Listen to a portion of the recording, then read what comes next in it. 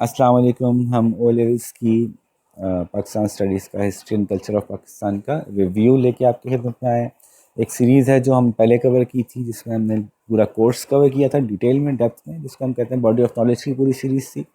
और अब हम उसको रिव्यू करना चाहते हैं, यानी वो सारे टॉपिक्स बहुत क्विकली 5 मिनट, 7 मिनट, 8 मिनट की वीडियोस के अंदर एक एक एक टॉपिक फटाफट रिव्यू में गुजारना चाहते हैं कि नॉलेज तो आपके पास आ गई है, नोट्स आपने बना लिए हैं, याद आपको सब कुछ ऑलमोस्ट है। एक रिवीजन हो जाएगा कि क्या क्या था इस टॉपिक में, और ये आ जाएगी बात कि इसमें कौन कौन से सवाल आए थे, आ चुके हैं अब तक, ये बात हम कर लेंगे ताकि आपकी तैयारी हो सके। तो ये वो वीडियोस हैं जो कि एग्ज़ाम से 2-3 दिन पहले या एक दो दिन पहले आप देख देख के अपना प्रैक्टिस कर सकते हैं। ठीक है, रिव्यू सीरीज़ है। बस आगे चलते हैं, हम पीछे से हम इन्फ्लुएंसर्स कवर कर चुके हैं और अब हम डिस्कस करेंगे causes and consequences of decline of Mughal empire. पूरा एक लंबा टॉपिक है, इसको हमने बड़ी तफसील से कवर किया था। तो इसमें एक रोल है कि मुग़ल एम्परर औरंगज़ेब आलमगीर का क्या रोल था, एक है कि औरंगज़ेब आलमगीर के बाद कैसे डिक्लाइन हुआ, और फिर ईस्ट इंडिया कंपनी, और फिर ब्रिटिश रूल। तो actually cause and consequences of Mughal empire में सारी चीज़ें कवर कवर होती हैं, सारे लोगों का इम्पेक्ट है। तो एक बहुत बड़ा टॉपिक है, लेकिन इस टॉपिक के ऊपर कभी कब काफ़ी घुस के अंदर से जाके किसी चीज़ पे तफसीली सवाल हो जाता है, कभी एक जनरल से सवाल होता है। फॉर एग्जाम्पल सवाल हो सकता है कि what was the role of, या what was the reason for the decline of Mughal empire. अब ये 3 नंबर का सवाल अगर आ गया या 4 नंबर का सवाल आ गया, तो फिर तो आप बहुत सतही सी बात करेंगे। लेकिन अगर यही 15 नंबर का सवाल आ गया, 14 नंबर का सवाल आ गया, तो फिर आप इसको तफसील से बताएंगे कि फॉर एग्जांपल एक सवाल मौजूद है, was the in fighting between Aurangzeb successor, Aurangzeb के बच्चों के दरमियान जो आपस में लड़ाई थी, was that the most important reason for the fall of Mughal empire.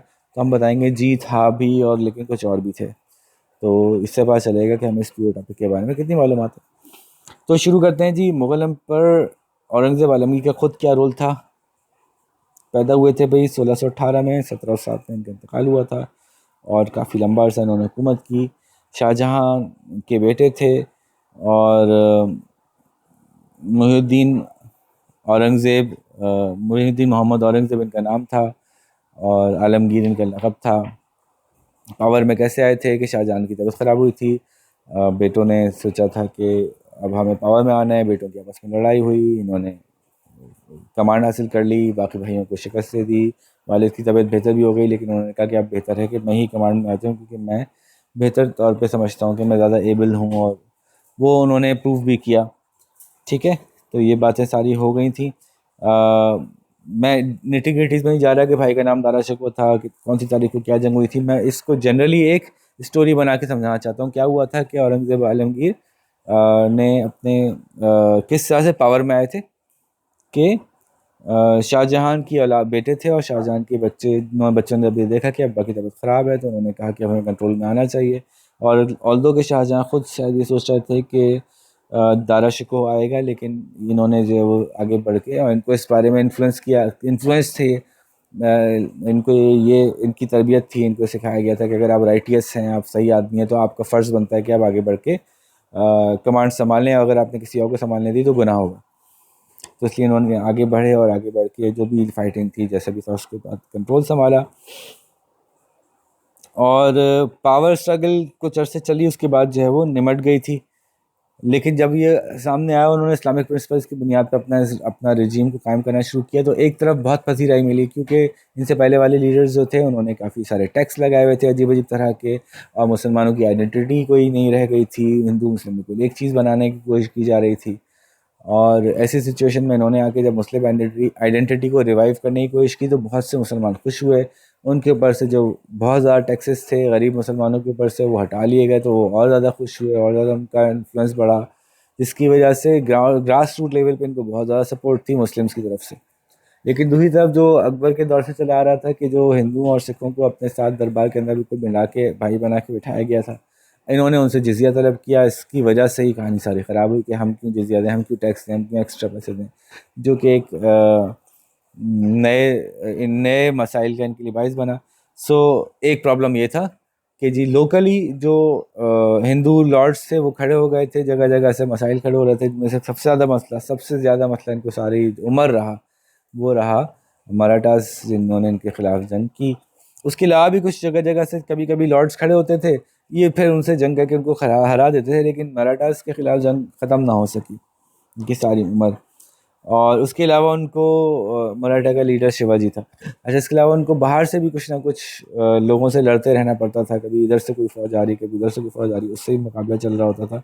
जिसके बायस ये कहा जाता है कि जो इतनी बड़ी आर्मी मेंटेन रखना, इस कदर लंबे अरसे जंग करने की वजह से इनके कंट्री के अंदर पैसों की शॉर्टेज हो गई थी। बहुत बड़ा कंट्री इन्होंने फतह कर लिया था, जितना बड़ा कंट्री पूरे इससे पहले किसी भी और मुगल एम्पायर ने ना उससे पहले किया था ना इसके बाद किया, इतना बड़ा एरिया इनके कब्जे में था जो कि ये चला रहे थे, और बहुत बड़ी इकॉनमी को रन कर रहे थे।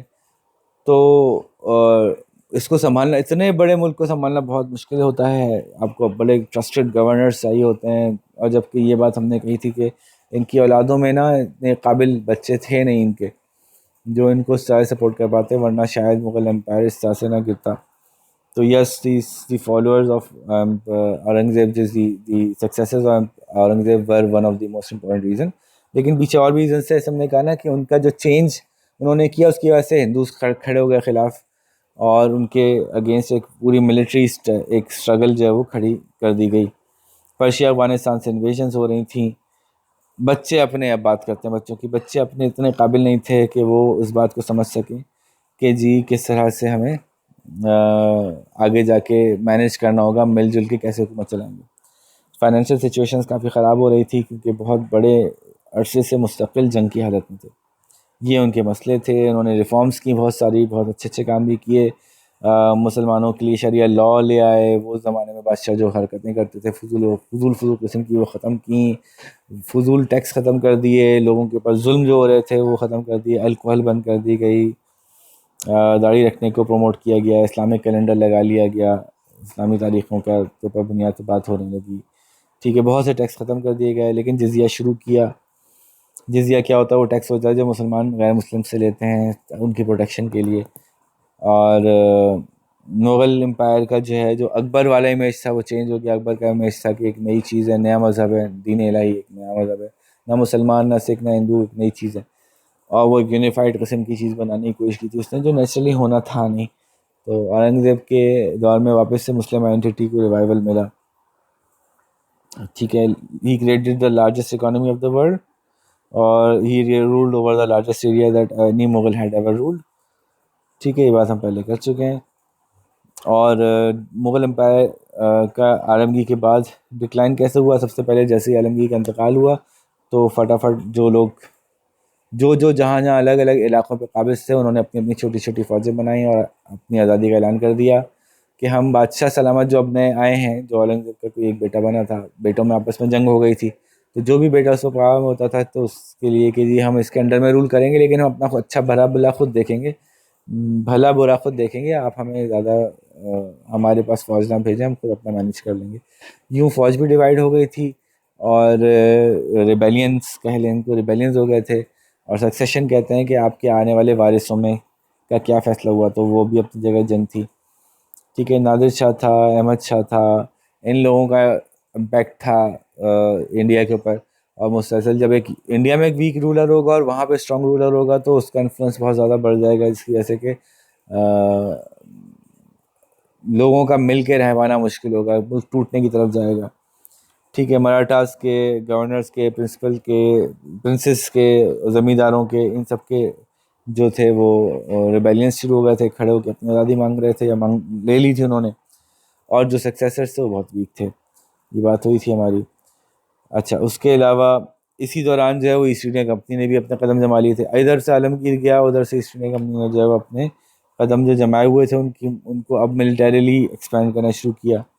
तो 1600 के अंदर ये लोग एंटर हुए थे। मतलब 1600 में क्वीन एलिजाबेथ ने इनको जो है वो ईस्ट इंडिया कंपनी को इस्टेब्लिश करवाया था कि ठीक है, ये एक हम उन मुल्कों में, जिन मुल्कों के ऊपर हम डायरेक्ट फ़ौज नहीं भेजना चाहते, फ़िलहाल दुनिया के सामने बदनाम नहीं होना चाहते कि हम हर वक्त हर एक के ऊपर फ़ौज भेज के ज़बरदस्ती कब्जा करते हैं, तो उनके लिए ऊपर तजारत भेजेंगे, तजारत के ज़रिए से उनसे ताल्लुकात बनाएंगे और आहिस्ता आहिस्ता फिर देखेंगे सूरत हाल क्या बनती है।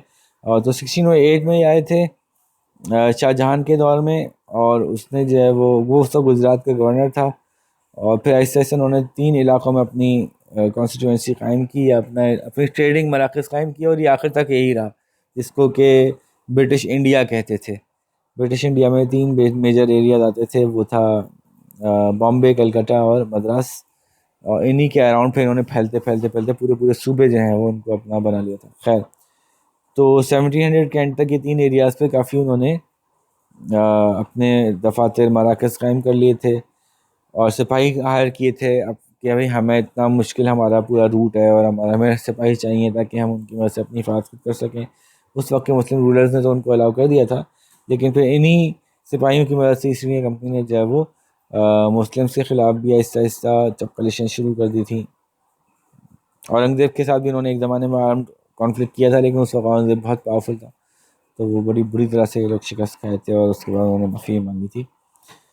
तो जब औरंगज़ेब कमज़ोर होता गया तो ऑटोमेटिकली ईस्ट इंडिया कंपनी जो है वो अपने मकसद के लिए ऐसे सब बेहतर काम करती चली गई, यहाँ तक कि जो है वो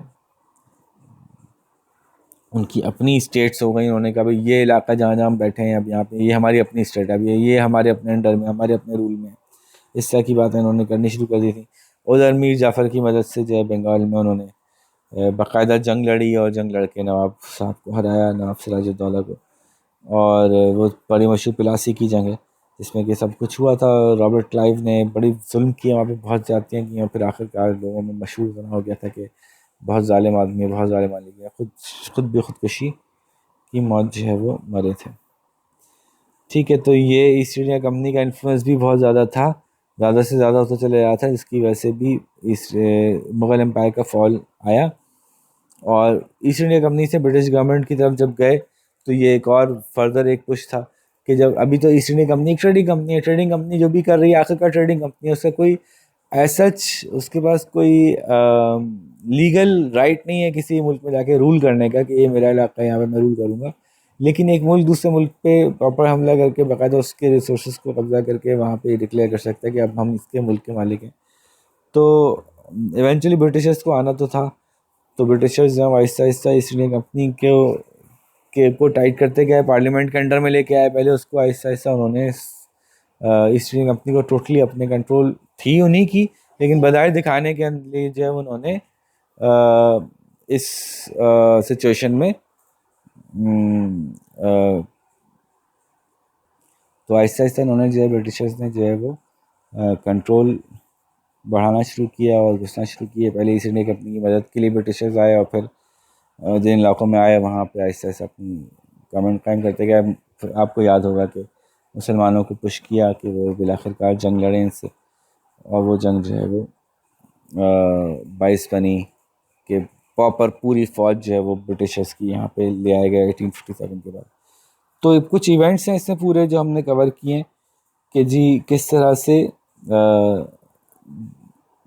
ईस्ट इंडिया कंपनी से मामला शुरू हुआ मुग़ल एम्पायर के गिरने का, और वो इवेंचुअली जो है वो किस तरह से ब्रिटिश एम्पायर में की पूरी ब्रिटिश गवर्नमेंट के पूरे इन्फ्लुएंस में इंडिया आ गया। अच्छा, ब्रिटिशर्स क्यों आ पाए थे, ईस्ट इंडिया कंपनी क्यों रूल कर पाई थी, इसकी वजह ये भी थी कि मुस्लिम्स वहाँ पे वीक हो गए थे, आपस में लड़ रहे थे, आपस में लड़ते हुए लोगों को डिवाइड करके रूल करना बहुत आसान था। तो डिवाइड एंड रूल इनका मशहूर फार्मूला था ब्रिटिशर्स का। और इन्होंने जो है वो पहले एक को दूसरे से लड़ा के, और उस किसी एक को ये कहते थे कि हम आपको सपोर्ट करेंगे, आप हमें पैसे दें, हम आपको आर्मी भी देंगे थोड़ी सी अपनी, और हथियार भी देंगे। और उस तरह से आहिस्ता आहिस्ता आपस में लड़वा के उन्होंने पहले मुसलमान लीडर्स को कमज़ोर किया, और फिर इवेंचुअली वहाँ पे खुद ही रूल करने भी पहुँच गए। और बाकायदा जैसे मैंने बताया बंगाल में उन्होंने जंग लड़ी, और गद्दारों की मदद से सिराजुद्दौला को हरा कर बंगाल पर कब्ज़ा किया। ठीक है, उनके कुछ सेलियन फीचर्स थे ब्रिटिश रूल के। ब्रिटिशर्स ये समझते थे कि वो सबसे अजीम कौम है और बाकी सबको उनको सिखाना है, सब जाहिल जंगली गंवार जट हैं, उनको सिखाना है कि कैसे इंसान होना चाहिए। और वो इंडिया की दौलत असल में इंडिया में जो भी और सिर्फ इंडिया ही नहीं बल्कि आसपास जिन जिन मुल्कों में उन्होंने रूल किया, उन मुल्कों की सारी दौलत जो है वो समेट कर अपने मुल्क लेके जाने के लिए ही आए थे। तो ये उन्होंने पूरी रफ्तार से किया, और जैसे कि इस तरह के बहुत सारे रिफॉर्म्स किए जिसकी वजह से कि मुल्क जहाँ तक पहुँच गया उससे आगे ना जा सके। तो जैसे इंडस्ट्रियल प्रोडक्शन बंद करवा दी, रॉ मटेरियल बनेंगे खाली आपके पास, फिनिश गुड्स आप नहीं बनाएंगे, वो आप ब्रिटेन से मंगाएंगे, इस तरह की हरकतें हुई। अच्छा, कुछ इलाकों पर उन्होंने खुद रूल किया, कुछ इलाकों पर अपने पपेट रूलर्स बिठा दिए, और क्रिश्चियन मिशनरी इस्टेब्लिश की गई जो कि जिनका की काम था कि वो क्रिश्चियनिटी को फैलाते। और बहुत सारे कस्टम्स भी चेंज किए इन्होंने, कुछ अच्छे भी थे, कुछ चेंजेस बेहतर भी थे। सती वगैरह जो था, इन्फेंटिसाइड जो था फीमेल का, बचपन में औलाद को मार देना या बीवी को शौहर के साथ जला देना, इस तरह की चीज़ों को उन्होंने बंद किया। स्कूल्स खोले, रेलवे नेटवर्क बनाया, पोस्टेज का काम शुरू किया, सिविल सर्विसेज शुरू की, बहुत सारे काम किए जो फ़ायदेमंद भी थे, जिससे कि एडवांटेज भी हुआ। ब्रिटेन ने बहुत सारी चीज़ें पहले बादशाहत के स्टाइल में होती थी, अभी एक सिविल सर्विसेज एक नया कॉन्सेप्ट उसके तहत में हुई।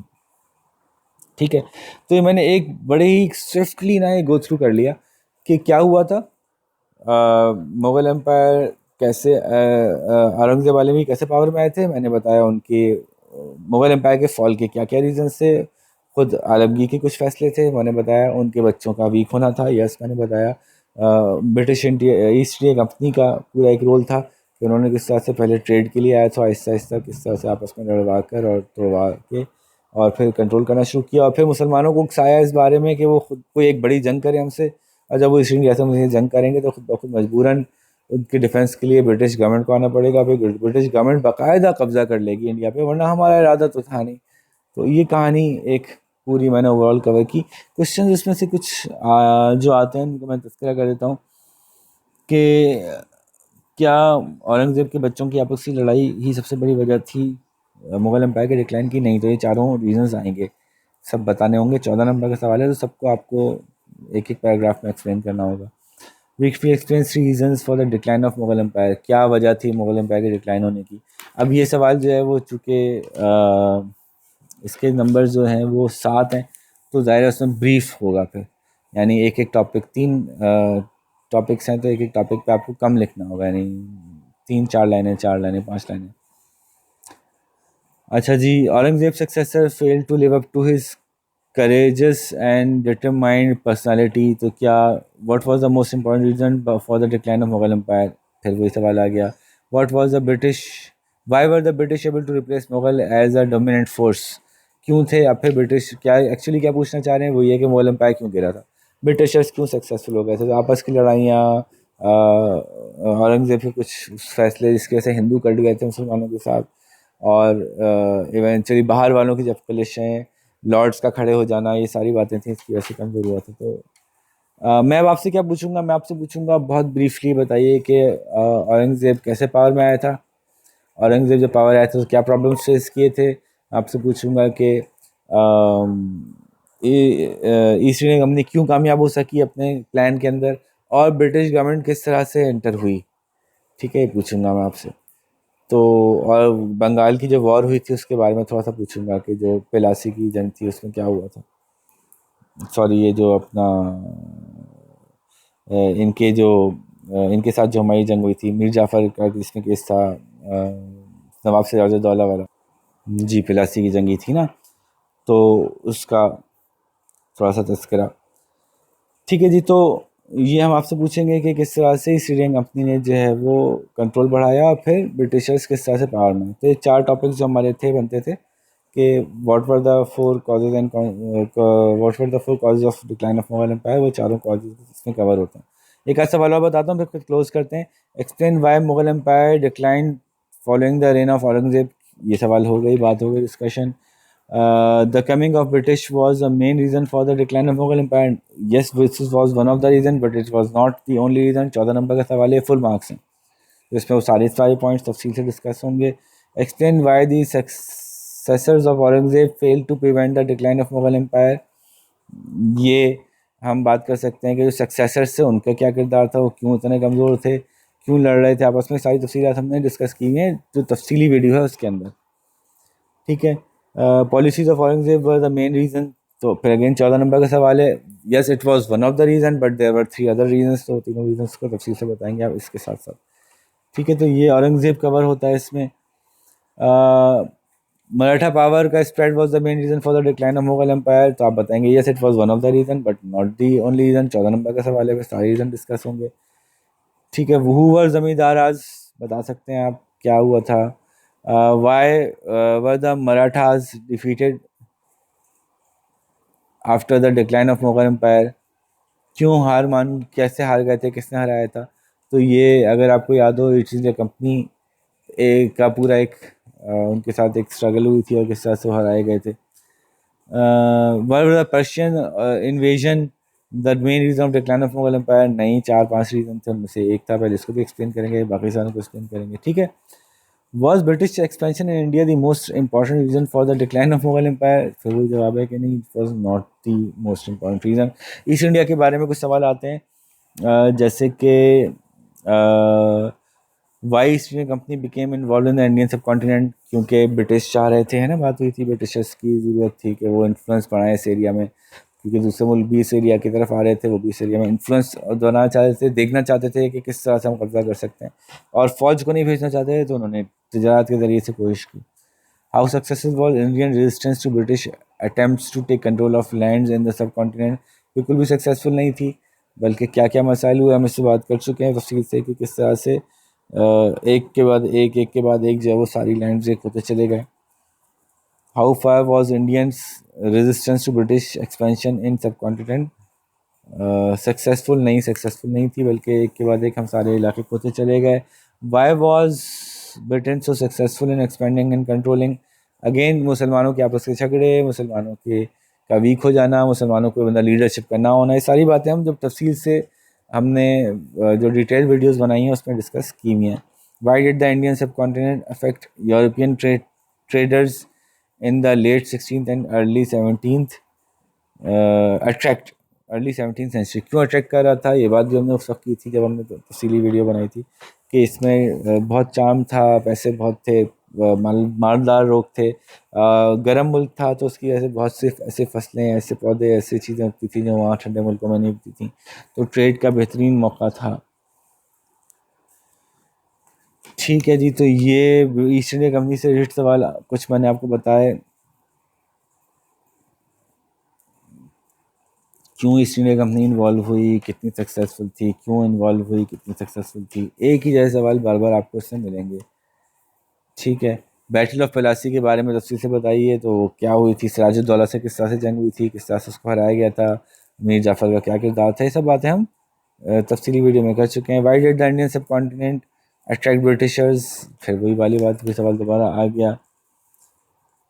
ठीक है, बैटल ऑफ प्लासी में क्यों जीते थे अंग्रेज़, क्या वजह थी, वो पूरी तफसीलात बता दें आप, ये हम पहले बात कर चुके हैं। रॉबर्ट क्लाइव कौन था जिसने कि वहाँ पे जाके इवेंचुअली लीड किया था बैटल ऑफ प्लासी को, और फिर वहाँ पे हमने बताया था ना पूरा एक सीन, ये पूरा सीन मैं तफसीली वीडियो में बहुत अच्छी तरह खींच चुका हूँ, तो इसलिए मैं यहाँ पे रिवाइज नहीं कर रहा। और explain the appeal of India to the East India Company during the early 17th century, कि क्यों आना चाहते थे लोग, क्यों पसंद था ईस्ट इंडिया कंपनी को इंडिया आना। रेलवे क्यों बनाया था, रेलवे के बारे में बड़ी बात की थी कि रेलवे क्यों बनाया था, ये हमने तफसीली वीडियो में हमने बात की हुई है कि रेलवे नेटवर्क क्यों कायम किया गया था। उसमें हमने बताया था ना कि इनकी एक टेक्निक थी, रेलवे ब्रिटिशर्स का सबसे पावरफुल हथियार था, सही वक्त पे सही जगह अपने ट्रूप्स भिजवाने का, उनको सामान भिजवाने का, उनको खाना पीना भिजवाने का, उनको हथियार भिजवाने का, तो ये उनका बड़ा इंपॉर्टेंट वो था, और उनकी सोसाइटी डेवलपमेंट के लिए भी बड़ा अच्छा रहता था, उन्होंने अब तक ये एक्सपीरियंस किया था। रॉबर्ट क्लाइव को गवर्नर ऑफ बंगाल क्यों बनाया गया, क्या काम ऐसे उन्होंने किए थे फ़ायदे के, इसको बताना है, 7 नंबर का सवाल है, तो तकरीबन 20 लाइनों का बनेगा, तो तफसील से बताना होगा क्या हुआ था। वॉर ऑफ इंडिपेंडेंस के करीब आ गई बात, अब वॉर ऑफ इंडिपेंडेंस जो है वो हम यहाँ पे कवर अभी हमने नहीं किया था। ठीक है, ठगी कौन थे, मैंने पीछे बात की है कि इन्होंने जो ईस्ट इंडिया कंपनी ने जो या ब्रिटिशर्स ने जो रूल सेट किए थे उसमें एक ये भी था कि ठगियों को ख़त्म कर दिया था, और ठगी कौन थे, वो लोग थे जो कि